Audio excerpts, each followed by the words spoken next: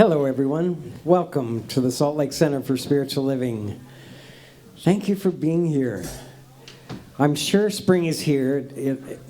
It's kind of a frigid spring day, but it's nice and toasty warm in here, especially with all the warm smiles and hugs. Again, thank you for being with us. And thank those who are tuning in to our love stream this morning. Welcome, welcome. Got a really great special day today.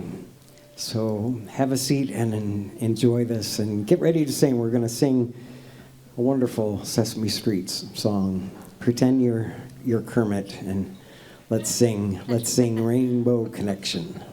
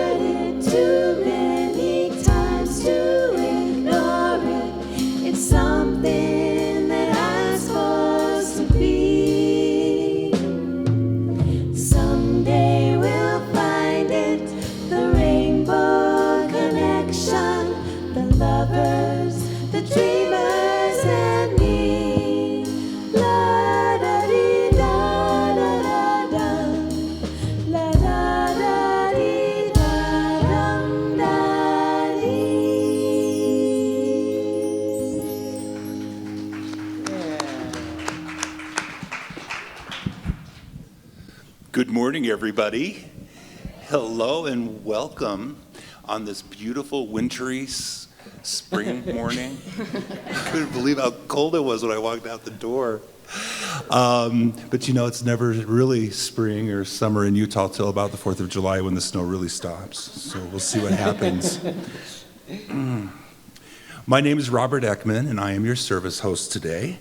And it is my great pleasure to welcome you who are joining us here in the sanctuary and to those who are joining us virtually online on our virtual Love Stream broadcast. Thank you all so much for being here. We're grateful that you're here and know that you will be blessed by your experience with us today.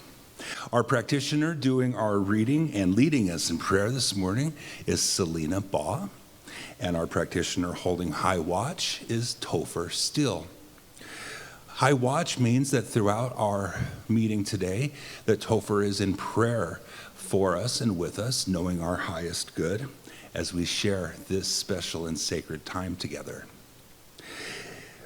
This center is a spiritual community that teaches a philosophy of daily living based on spiritual principles and practices that are really universal among all religions. We honor all pathways by which anyone seeks to connect with and grow in the divine. And we work on our individual consciousness so that we can each help make our world a better place. So I would like to invite you to please say with me together and with feeling our center's vision statement. We are a thriving community where individually and together we embody and express our spiritual magnificence for the highest good of all. Thank you. If you want to learn more about us or get caught up on what's going on around here, you can do that on our website 24 hours a day. And our website address is www.spirituallyfree.org. Thank you. This month, our theme is Everyday Living Wonder Through Creativity. And today, our message is being shared with us by our very own Chamaigne Sharette. Our special music today is provided by Kopo Magic. Yay. Yes, very exciting today. And next week, we will hear our message from Reverend Claire Summerhill on the topic, Reveal, Release, Rise, and Repeat. So I'd like to take a moment and welcome anyone who is joining us here for the very first time. If you're willing, would you please raise your hands so that we can acknowledge you and thank you for being here? Hello. Hello. Thank you for being here. We're so excited that you've chosen to spend time with us this morning, and we know that you will receive something here today that will make a difference in your life. By way of announcements, this Wednesday, the 13th at 7 p.m., we will have our monthly Taizé ceremony here in the sanctuary. This is a beautiful hour-long ritual that includes music and chanting and prayer, and it can serve as a wonderful midweek grounding experience. So please consider joining us here. Next Sunday, after this service, in our youth room, we will have our Learn More About Us gathering. This is an opportunity to learn more about the center and about our philosophy and get to know each other a little bit. So if you, even if you've been around here for a long, long time, or if you're brand new and are interested in learning more, please consider joining us for that quick get-together. Beginning on April 26th, Reverend Myrna Hurst is going to lead an online and in-person hybrid class called Change Your Thinking, Change Your Life. That's right, that's what we do here, isn't it? Sign-up sheets are available in the lobby. This is a 5-week class that will take place on Tuesdays from 6:30 to 9. So please consider signing up for that. We need event team volunteers. We have a number of events coming up and in the planning stages that we are very eager to get some support with. So whether you might be interested in setting up or tearing down an event or helping serve food, or shaking people's hands, please consider joining us as an event volunteer. And sign-up sheets are available in the lobby. Finally, just another gentle reminder to please be sure that you don't leave any valuables in your car unsecured, and that you keep your car secure and locked in the parking lot while we're all in here together. All right, those are our announcements. So I would like to remind us all that our center is grounded on, and our philosophy is based on prayer, affirmative prayer that helps us deal with whatever's coming our way and helps us create a positive experience regardless of our external situation or condition. Our professional prayer practitioners spent 4 years training in the art and science of affirmative prayer, and they are here to pray for you and with you. You can write a prayer request in the lobby and leave it in the prayer box. You can submit one via the internet or in person.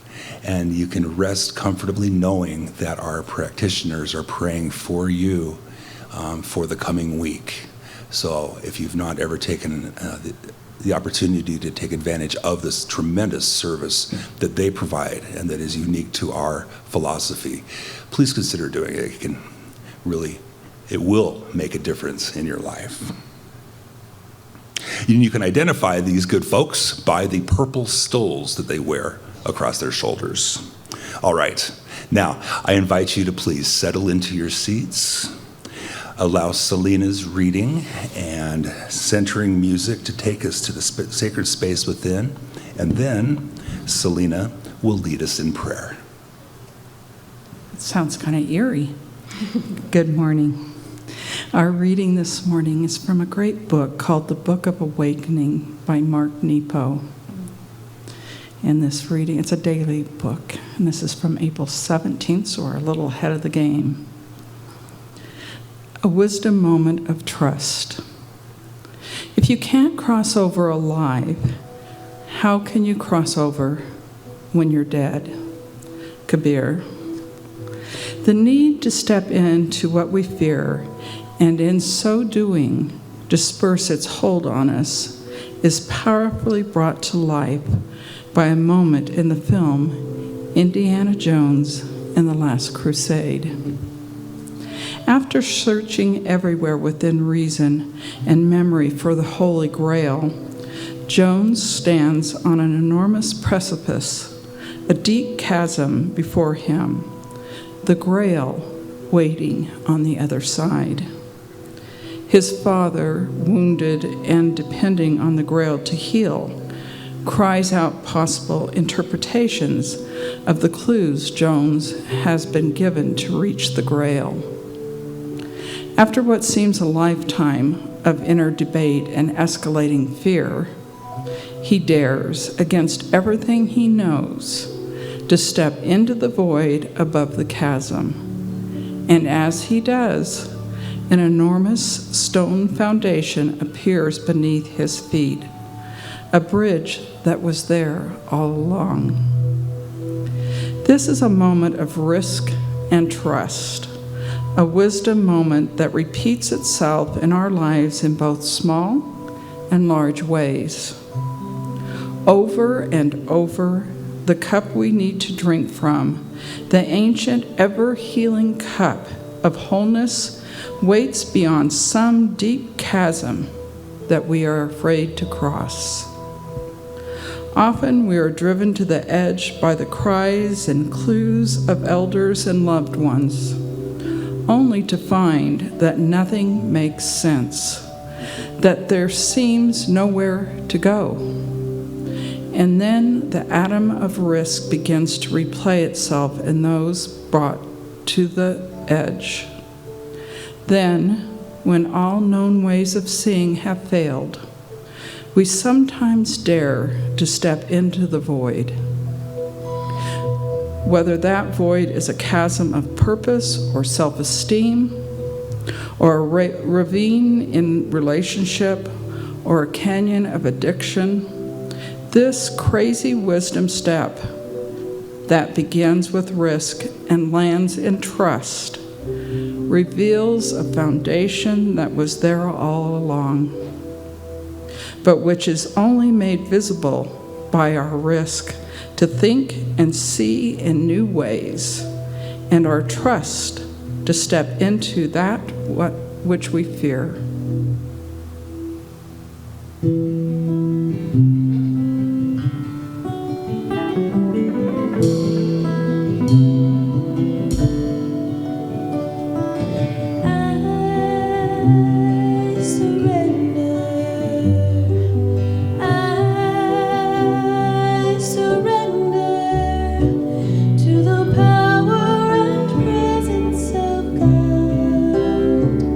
To the power and glory of God.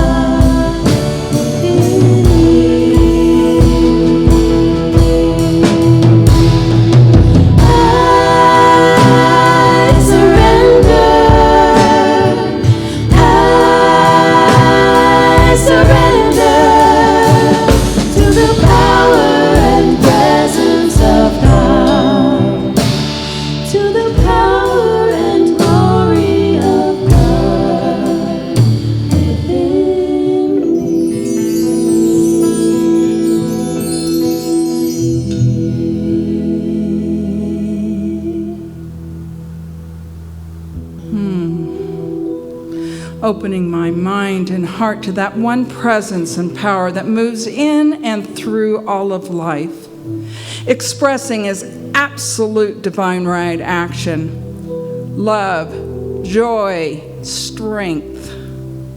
I recognize that same power and presence within myself and within each person here.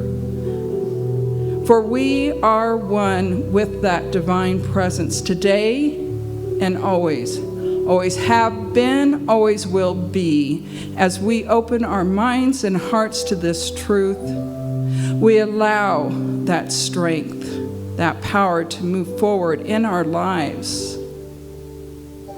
As we open to this truth, we embody more fully the gifts that are ours to enjoy and to share.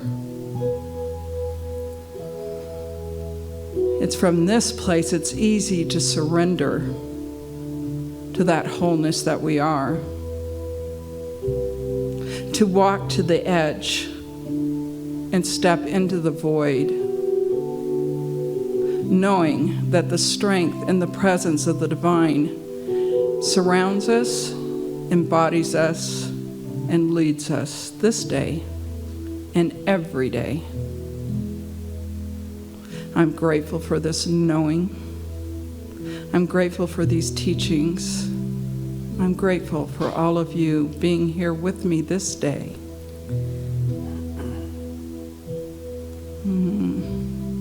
And we just step into this knowing of truth and wholeness with gratitude and love as we release this word, knowing that it's spoken, therefore it is done. As together we say, and so it is. Thank you, Selena. So as we continue to create our lives, we have a rich story, each of us. We have a rich story that we can tell. And right now, the rest of our story is yet to be written. So there's lots of possibilities, lots of opportunities, lots of creations. And we can make up this rich story of our lives even more richer. Let's sing together this great song by Natasha Bedingfield. It's called Unwritten.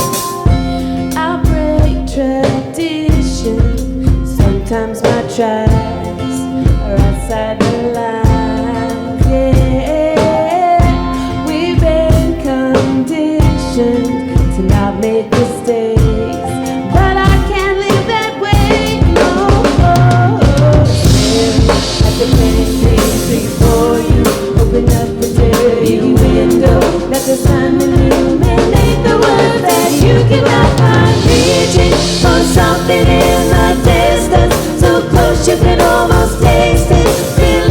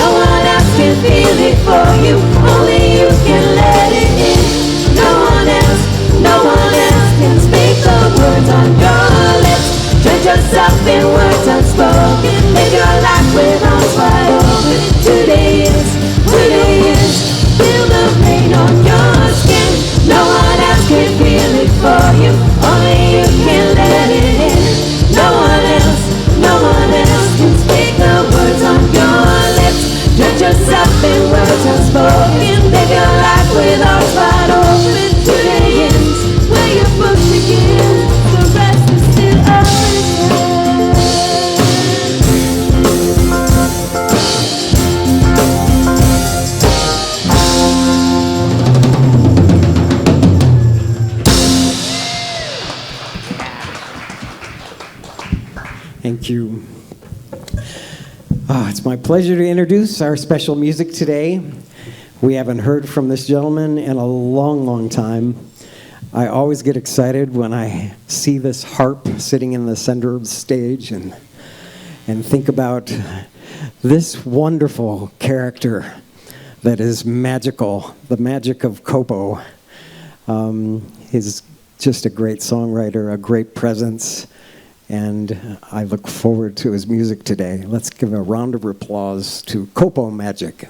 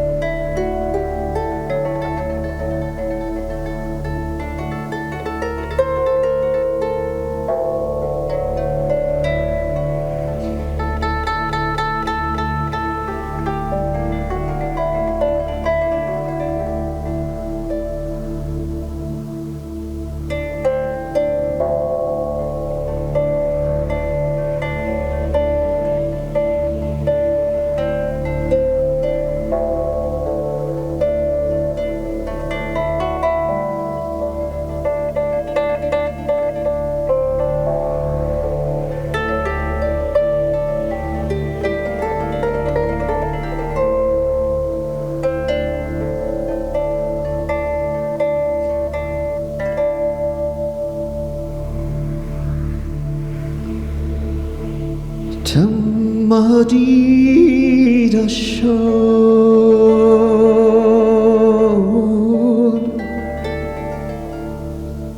Kibela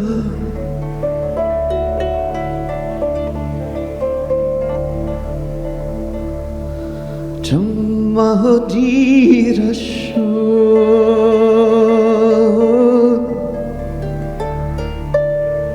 Kibela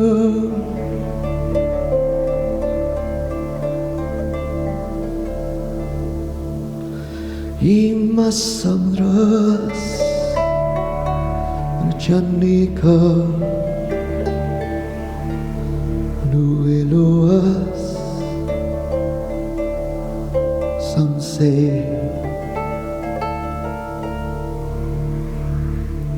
Tumadirashun Kibela Imasangras Janika Tamatira Shabki Bela Imasangras Tanika Noelo Asaki Sonse Samai Masti Mijelika Loelo Asaki Sonse Samai Masti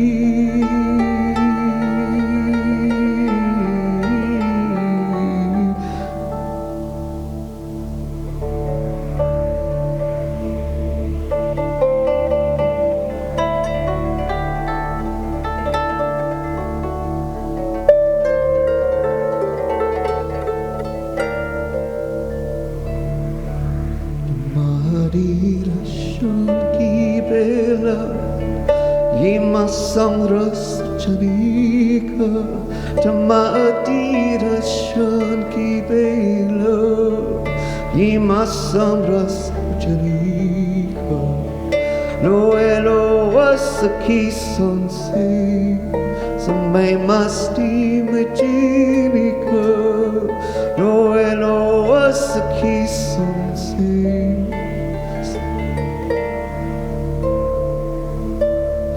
Dance with me, divine love. Dance with me, divine friend. Dance with me, divine mother. Dance with me, divine Father. Tumadira shan ki bela imasamras acharika. Tumadira shan ki bela imasamras.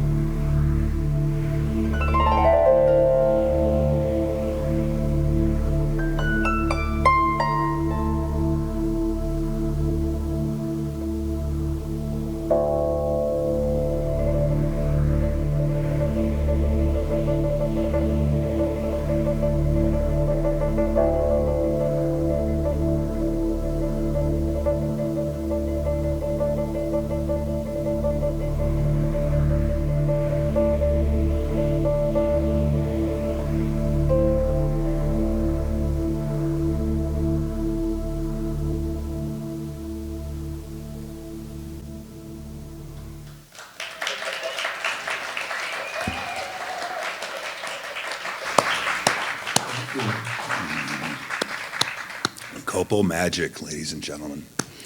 So beautiful. My God, that was absolutely amazing. Thank you. It's my pleasure to introduce someone we all know and love, a very important and vital member of our community. We in the center we have a saying: "Give your time, your treasure, or your talent." And Chamaigne Sharette is someone who has stepped up in so many ways over the years and has demonstrated such a love for us and for this philosophy. She currently serves as a member of our music team, as you know, and also as secretary on our ministry council. Will you please join me in welcoming our very own Chamaigne Sharette?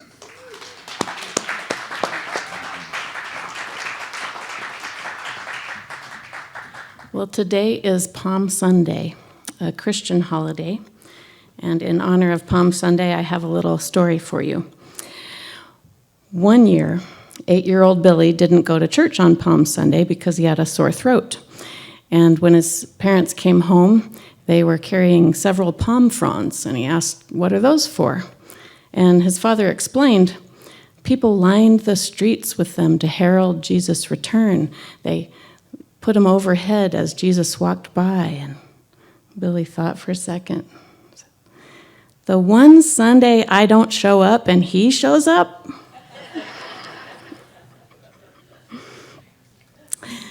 Today is the beginning of Holy Week on the Christian calendar. And the events of Holy Week, which culminate in Easter next Sunday, is one of the central stories of Christianity. And one of the central meanings of that story has to do with the relationship between the divine and the human.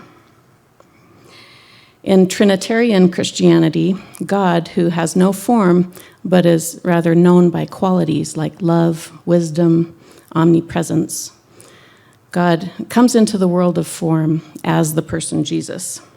So that meant Jesus was both divine and human. Not 50-50, but 100% divine and 100% human.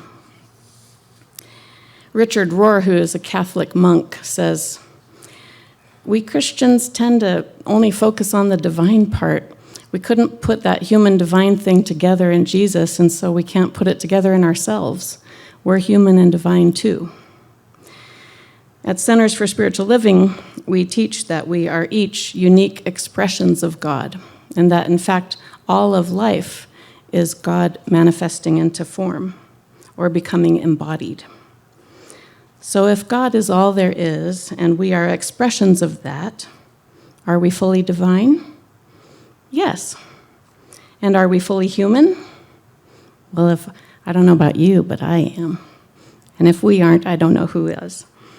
So we're 100% made of God stuff and 100% human. It's easier for us to wrap our minds around something if it's just one thing or another. It's a little more complex when something is both, especially when those things seem like a bit of a contradiction. How often have you heard somebody say, "I'm only human, I'm not perfect"?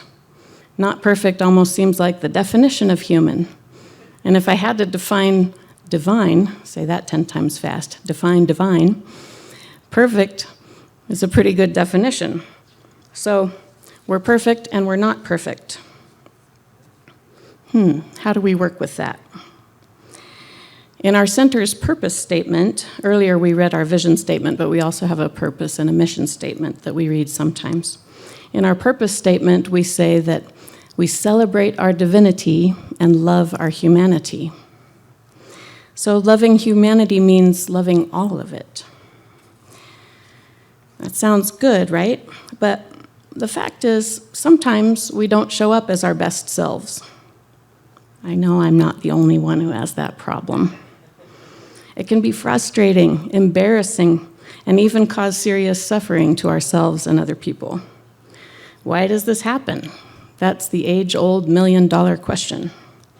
And let's face it, a lot of humans do really atrocious things to other humans.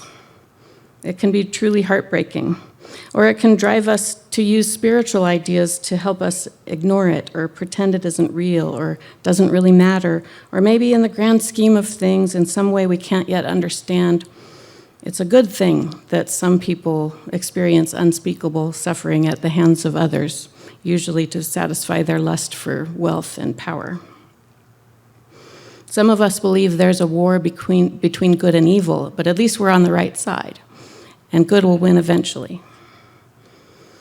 I would never fault anyone for using any of these spiritual ideas to help make sense of life's most difficult mysteries and challenges. I do believe some ideas are more useful than others, and some ideas are truer than others. But ideas are like fingers pointing to something. We argue over whose finger is best pointing to the truth, but we can still honor that they are all trying to point out the same thing. The truth they're all trying to point out is there's something going on here that we would like to change. We'd like to make it better. There's some kind of dichotomy between human potential and current human expression. Now, thankfully, the vast, vast majority of us are not warlords, but I think we all experience what Apostle Paul said when he asked, "Why do I not do the things I set out to do, and I do the things I set out not to do?" Parts of ourselves sometimes seem to take over. We lose our temper, tell lies or gossip, gamble all our savings away, or my personal favorite, eat a whole cheesecake for dinner. Those parts of ourselves that take over and we find ourselves doing things we later regret, today I'm calling those the donkey. You know, those stubborn, seemingly untrainable parts of ourselves. It's a problem, so naturally we want to overcome it. Some of us think we don't believe in duality because we don't blame it on an evil force working inside of us. But still, most of us do wish the donkey would go away. There's a version of us that we wish we weren't, and there's a version of us we wish we were. We go to therapy and do spiritual practices and 12-step groups. We try to work through, subdue, or transcend the version of ourselves we wish we weren't. Even when we just try to love and embrace our humanity, in truth, sometimes we're loving and embracing our humanity so that it will go away. The problem is, when we want the donkey to go away, the donkey knows it. We might be all gentle smiles and yummy carrots, but he knows we're trying to put him out to pasture. And then he gets all clingy. What we resist persists, right? And it's exhausting. So what if instead of regarding the donkey as a problem, we invited the donkey to dance? That annoyingly stubborn beast in the field might just turn out to be the perfectly persistent partner for the dance marathon. Now, I've heard that a speaker should never expect an audience to understand paradox, but I have faith in you. Paradox is where the wisdom is. It's where the juicy stuff is. It's interesting. A paradox is when two contradictory things are nevertheless both true. For example, it's true that what you put your attention on grows, but it's also true that other couplet we hear, what you resist persists, while what you look at goes away. Put your attention on grows, look at goes away. Which one is it? Well, it's both. It depends. Wisdom in this case is realizing that resisting something is a form of putting your attention on it. And looking at something is a form of casting the light of truth on it, which sometimes makes it dissipate. I read a story once about a woman named Nancy who was having trouble with morbid thoughts. Every day she'd worry about how painful and difficult it would be if her husband died. She was afraid that the more she thought about it, the more likely it would be to happen, that she would manifest it with her thoughts. And so the worry just grew and snowballed and grew until she ended up at her doctor's office and getting meds for anxiety. One day, her therapist asked her, "Could we have a conversation with the part of you that's worried?" The therapist believed that every part of us is trying to do something good.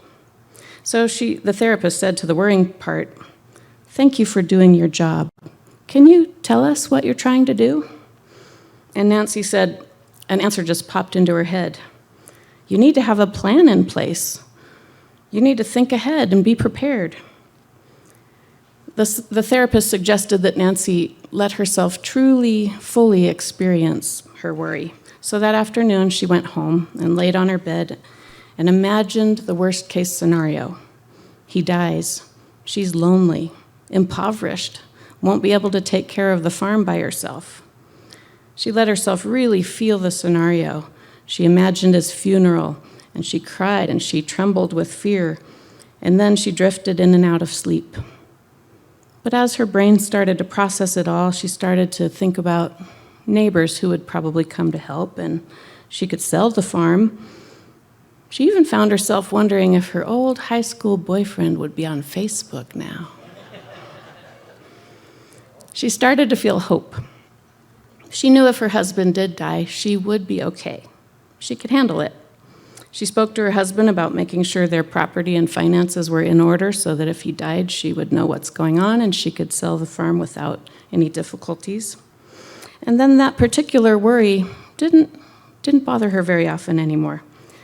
She was even able to get off her anxiety medication, and she was much more able to be present with her husband and enjoy him while he was around. And beyond that, she changed her whole relationship with worry. She no longer regarded her propensity to worry as a problem to be eradicated or even an illness to be healed. She invited worry to be an honored guest. When she deeply listened to what it had to say, it only had to say it once. Once the worry knew its message was heard, the energy expended worrying was freed up. She felt more energetic and creative. To dance with the donkey, to genuinely welcome every part of yourself, you must genuinely believe that every part of yourself is good and trying to do something good. Even those parts that are engaging in old coping mechanisms that no longer serve us, they're trying to do something good. When they feel heard and they come to trust the wisdom of the core self, they can transform. For example, children that grow up in unsafe environments, they often get really good at reading people. They need to see danger coming. So sometimes they grow up to have struggles with anxiety and hypervigilance, always scanning for danger. And it can become a problem. For some people, they get too scared to leave their house. But even crippling hypervigilance can be transformed into kind of a superpower. These types of people make great hostage negotiators. They seem to have a sixth sense for sensing how volatile a situation is. I heard a TED Talk where this police officer was telling about his partner who was this way.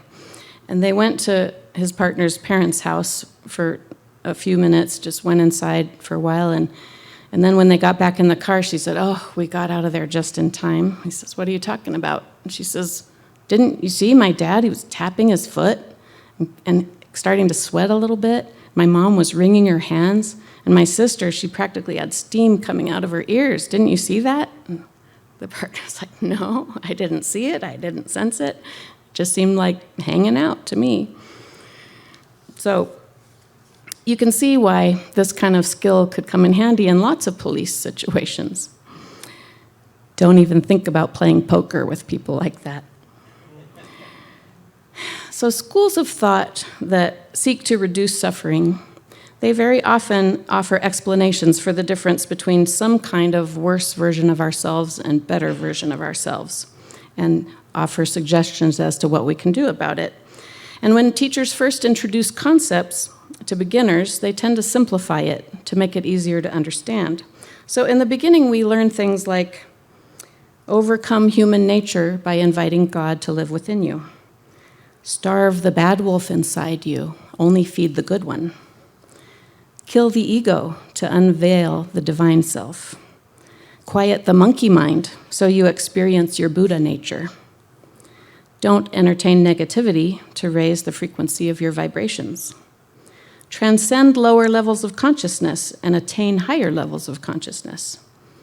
See past the illusion of Maya to attain enlightenment, the true Atman self. Wake up from the illusion of separation to realize our true oneness. Heal your wounds to return to your original good nature. Calm your reptilian brain and strengthen the prefrontal cortex. In most traditions, there are more advanced teachings to help you get into the nuances and really apply these teachings in a wise way. It's not really as simple as there being a goal and an obstacle and a way to defeat the obstacle. In fact, that kind of dualistic thinking causes new problems. It reinforces the story of separation, the erroneous belief that we're separate from each other and from the planet and from divine mind. In the worldview that everything is separate, It seems really sensible that the way to solve a problem is to identify the cause and get rid of it. But what if there truly is no enemy? What if, as the Course in Miracles says, there are only expressions of love and calls for love? Our beliefs about human nature are really important because they're the foundation of everything we experience and everything we create. How we relate to our inner world defines how much creative potential we realize, and how we relate to our inner world affects how we relate to the outer world, which ends up shaping our culture and how our society operates. Former President Jimmy Carter once said, "What is needed now is leadership that steers us away from fear and fosters greater confidence in the inherent goodness and ingenuity of humanity." I used to think I was an old pro at having confidence in the inherent good of humanity. I was raised with the belief that humans are born good, and we just get hurt along the way. And those hurts create triggers, which create our irrational thinking and our bad behavior. So the goal of life is to heal your wounds and return to your naturally loving, cooperative, good self. As good as that sounds, I recently realized I haven't been dancing with a donkey. Not really. See, when I imagine healing my inner child, I think of it kind of like cleaning up a mess. When you're done, the mess is gone. But if I had a real child, I'd be thinking in terms of an ongoing, permanent relationship with a complex person. I wouldn't expect just to make the behavior go away. I'd try to understand and help the child transform that behavior into something more effective. Maybe even turn it into a superpower. It's a subtle shift, but with huge implications.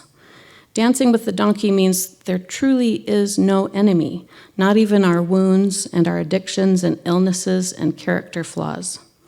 I no longer think of these things as messes that came into existence and then they can move out of existence. I don't think it works like that. Instead of seeking to one day no longer be how I am, now I think in terms of loving those parts of myself into becoming something new. Taking how I am and applying it to life in new ways. I'm a lot like the people in the stories I told earlier. I have a propensity to worry, but worry is just a talent for creative visualization, right? I can make use of that. I'm hypervigilant, especially in social things. I don't want to be a police officer, though. But, I think being unusually aware of how people are feeling is an awesome tool for love. These are just wordy words I'm saying, but I feel this shift in my body. It's like a hose has been unkinked and energy is flowing again. Love is the answer inside, just like it is on the outside. Our pianist, Leslie Monroe, wrote a lyric that I love. There is no enemy. There's only you and me and the way we choose to see the world. As I said before, the way we relate to ourselves is the way we end up relating to other people, which ripples out to the way our culture operates. So the way we see the world is really important. At Centers for Spiritual Living, we teach that we are all expressions of one divine mind. This idea is rooted and supported by ancient and modern spiritual practices and philosophy and psychology and science. And I would love to tell you all about that for the next 2 hours, but they might not invite me back to speak if I did that. So, learning to think and live from the truth of our oneness is a rich and lifelong journey. So I wanted to mention that just like other spiritual traditions, at Centers for Spiritual Living, we have advanced teachings too in how to apply spiritual principles with wisdom. It's not just Sunday talks. In our classes, you get to discuss with teachers and other students how you are understanding and applying principles. And sometimes just one little thing somebody says will create a little shift which sets you on a whole new path of well-being. That happened for me in the last class I took. So in closing, I would like to say that I know that there's not one person in this room that doesn't deserve love. Even if, like the Apostle Paul, sometimes you don't do the things you set out to do, and you do the things you set out not to do. And it's the same with the parts of you. There's not one part of you that doesn't deserve love. And love is what restores and renews and reorients those parts of you so that your whole being can be working together in harmony to express your full creative genius. Let's pray. At Center for Spiritual Living, we use affirmative prayer and to remind ourselves of the truth. And I speak in the first person because I'm reminding myself of the truth inside myself. And the invitation is that if these words resonate for you, you can let my words remind you of the truth inside yourself. So remembering the eternal and so oft validated truth that all of life is the expression of a divine intelligence. And that divine intelligence has qualities like love and wisdom, patience and charity. I am one with that because I'm part of life. And that means I have those qualities too. I was made of love. I was made of wisdom. And I can access those things inside myself and bring those to the situation at hand.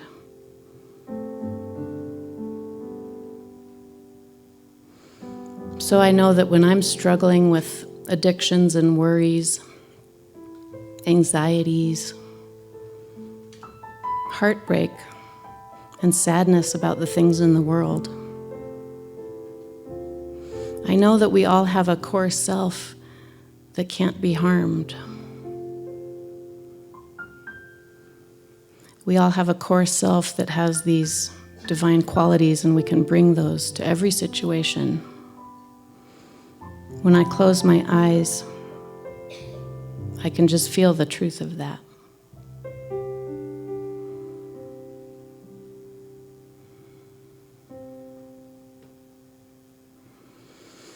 There's a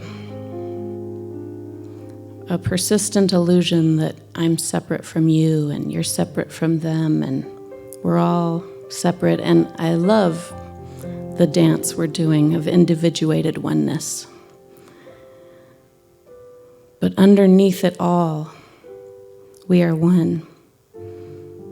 And we have that drawing toward oneness, toward connection. And for that, I'm so grateful. I'm so grateful. I'm so grateful to remember this.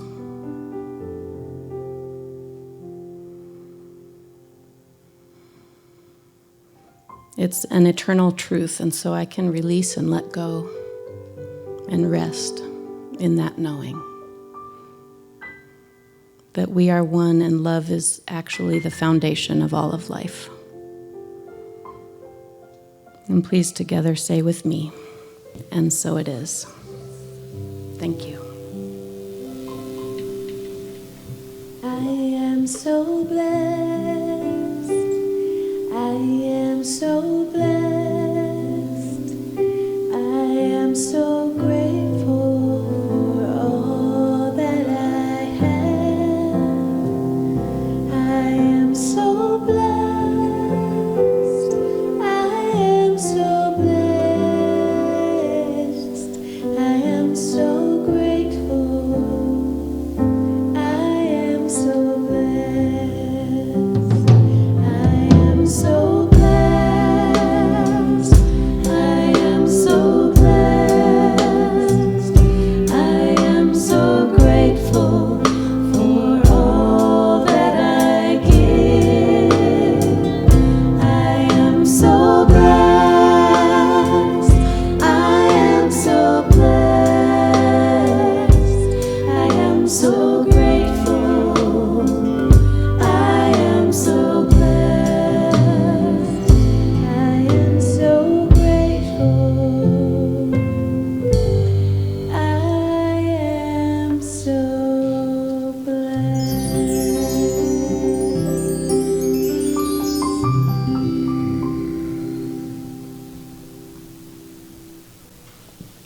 Let's hear a round of applause for Chamaigne. Thank you. Thank you. So beautifully put. And it went straight to my heart. Thank you very much. It's my pleasure now to lead us through our time of conscious giving. Here in the Centers for Spiritual Living, we believe that sharing of our goodness and our fortune is is a spiritual practice, and that a divine flow occurs, and that it is giving and receiving. As Chamaigne said, we practice a philosophy of prayer.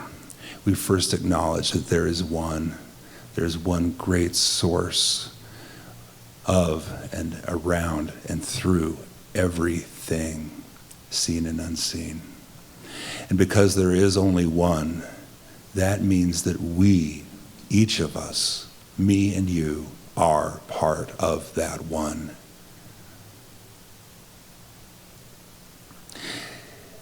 The next step is to recognize the wholeness and to accept into our hearts this possibility. And at the rate we are able to accept it, we experience it, that there is generosity in giving and sharing, that we support each other and that we support this center through our love and through our giving, knowing that as we give, we do receive. So I would like to invite you to take into your mind or into your hand or into your heart your gift to the center, knowing that we exist here by your generosity and by your sharing. Whether you text to give or share as the baskets are being passed around, please do know that you are the reason we're here. Would the ushers please step forward? All right, on the screen is our giving affirmation. Will you please join me in saying with great feeling and love? Divine love as me blesses and multiplies all that I am, all that I have, all that I give, and all that I receive. Filled with Gratitude, I let this be, and so it is. Thank you.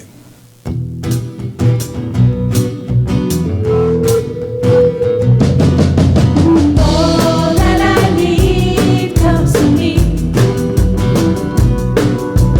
All that I need comes to me. A light of love and grace shines upon my face. All that I need comes to me. I've been set free, I'm released. I've been set free, I'm released. The burden of my past has gone away at last. I've been set free, I'm released. All that I need comes to me. All that I need comes to me.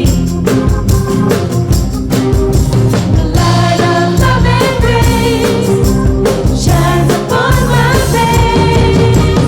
All that I need comes to me. All that I need comes to me.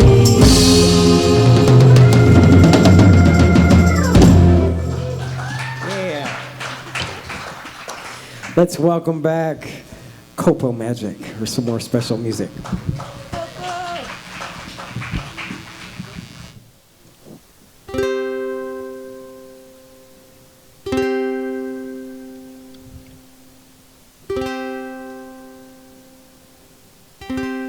This is actually two songs put together as one. The first song I actually recorded 4 different times, and I just couldn't. It was like fingernails on a chalkboard. I just didn't resonate with it until I put both of them together, and it became balanced and complete. So this is love, joy, peace, harmony.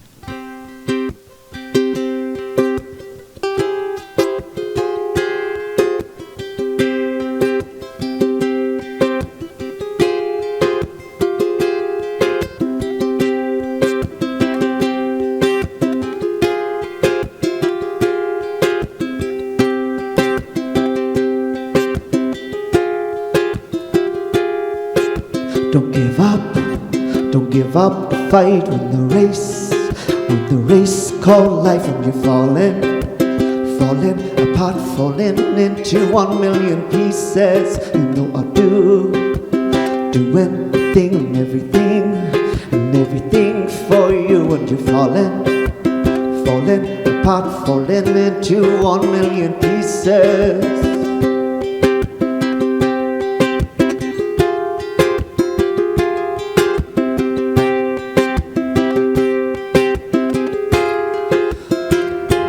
'Cause your love, joy, peace, harmony, shanti, shanti om. Love, joy, peace, harmony, oh shanti, shanti om. Sing with me. Love, joy, peace, harmony, shanti, shanti om. Love, joy, peace, harmony, oh shanti, shanti om.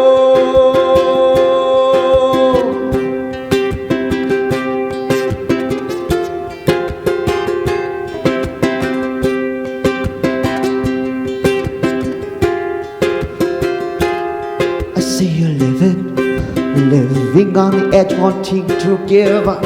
You feel like there's nothing to live for. You tell yourself there's nothing else to live for. But I'm here to tell you, you everything to live for. Oh, I'm here to tell you, you everything to live for. Because your love, joy, one piece of the harmony, shanti, shanti om. Love, joy, one piece of the harmony, shanti, shanti om.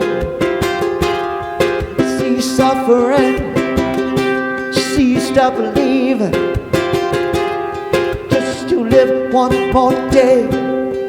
Be my miracle, to be loved, to live a moment more. You're worth fighting for, so get up and fight to make everything right. To be my hero, to be my miracle, to be my hero, to be my miracle. Cause you're loved, joy, one piece of the harmony, shanti, shanti om. Love, joy, one piece of the harmony, shanti, shanti om. It doesn't really matter what you did to me, doesn't really matter what you did to me. Put it all behind us, put it in the past. We all look into the future, make it all last. Don't you think about it, baby, let's move on. You said you forgive you, let me sing you the song, just forget about it. Baby, let's move on. Yes, I do forgive you. Let me sing you this song. Oh, oh,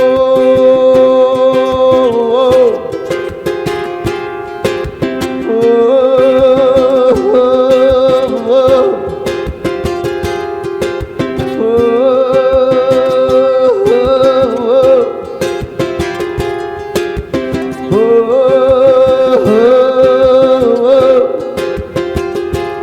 doesn't really matter, because your love, it doesn't really matter, no, because your joy, it doesn't really matter, because your harmony, it doesn't really matter, because your love, joy, peace, harmony, shanti, shanti, oh, shanti, shanti, oh, shanti, shanti, oh, shanti, shanti, oh, shanti, oh, shanti, shanti, shanti, oh, shanti, shanti, oh, shanti, oh, shanti, shanti, oh, shanti, oh, shanti, shanti, oh, love, joy, peace, harmony, shanti, shanti, oh, shanti, shanti, oh, shanti, oh, shanti, shanti, shanti, oh, shanti, shanti, oh, shanti, shanti, oh, shanti, shanti, shanti.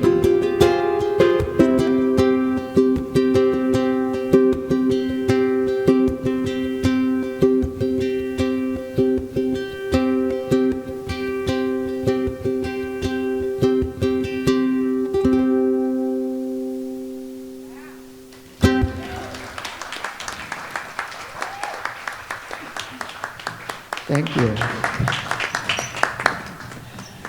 Kopo Magic. He's got a few CDs out in the foyer. I highly recommend it. There's some great stuff on there. Oh, Chamaigne, what a wonderful talk. Oh, thank you. It's like, yeah. And if I could steal the mic for 1 second, I wish you all could be up here, because with Delann's cute little shirt here, and I can see her arms, when she sings I Am So Blessed or other songs and she's touched, she gets goosebumps, and she's just such a sweetheart, and I just want to take the chance to ask for a round of applause for Delann. She's our sweetheart. Awesome. Made me cry right before we sang. Oh, a wonderful day. Yeah. Yes, Chamaigne, your talk reminded me of that TV series, Monk. You're not saying I remind you of No, Monk. no. All right. It's just it makes for a great sitcom. That's one way to look at our challenges. That was beautiful. And please don't look for your old boyfriend on Facebook. Oh, I want all of you to have just a blessed week. It's so wonderful for you to be here and share with us. It's a great shot in the arm, spiritually and otherwise, to have this community and to be with you and celebrate with you. Enjoy the springtime. Let's end our service today. And don't forget Taizé. If you want to come midweek, that's Wednesday night, 7 o'clock, right here. Speaking of shots in the arm, that's a great way to get rejuvenated in the middle of the week. Really nice meditative singing, silence, candle lighting, and prayer. Taizé. Just an hour service. Come join us. Let's stand together and sing this truth. Love is my decision. Love is my decision. It's up to me to give up my heart. Love is my decision. No one else can tell me to